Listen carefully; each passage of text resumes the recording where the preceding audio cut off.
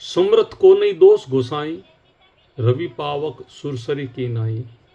यह पंक्ति भारतीय सामाजिक मनोविज्ञान पर एक गहरा व्यंग भी है, कठोर यथार्थ भी है। शक्ति, पद और प्रभाव अक्सर व्यक्ति को दोषों से ऊपर स्थापित कर देते हैं। सूर्य तपाता है, अग्नि जलाती है, गंगा सबको अपने में समेट लेती है, फिर भी वे पूजनीय है।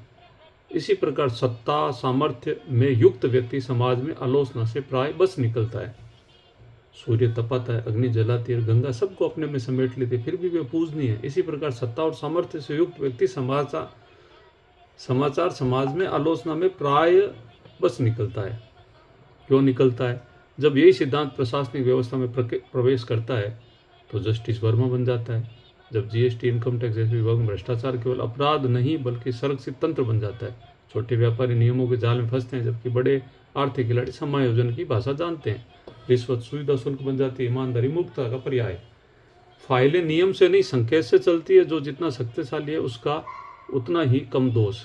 यहीं से अराजकता जन्म लेती है। अराजकता केवल सड़कों पर पत्थर फेंकने का नाम नहीं, सबसे बड़ी अराजकता वह है जब कानून का भय केवल निर्बलों के लिए रह जाए, जब कर वसूली न्याय नहीं दबाव का साधन बन जाए, जब नियम पारदर्शिता नहीं सौदाबाजी का हथियार बन जाए, जब राज्य का नैतिक आधार टूटने लगता है, जनता कर नहीं दंड महसूस करती है।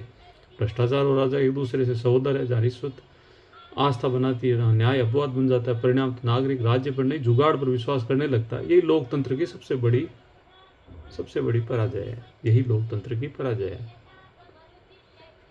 खैर, सच्चा समर्थ वह नहीं जो दोष से बच जाए, बल्कि वह है कि जो शक्ति होते हुए न्याय का पालन करे। यदि सामर्थ्य का अर्थ उत्तरदायी न होकर केवल दंड मुक्ति बन जाए तो सभ्यता धीरे धीरे संस्थागत अराजकता में बदल जाती है। इसलिए आवश्यकता सामर्थ्य की नहीं, नैतिक सामर्थ्य की है।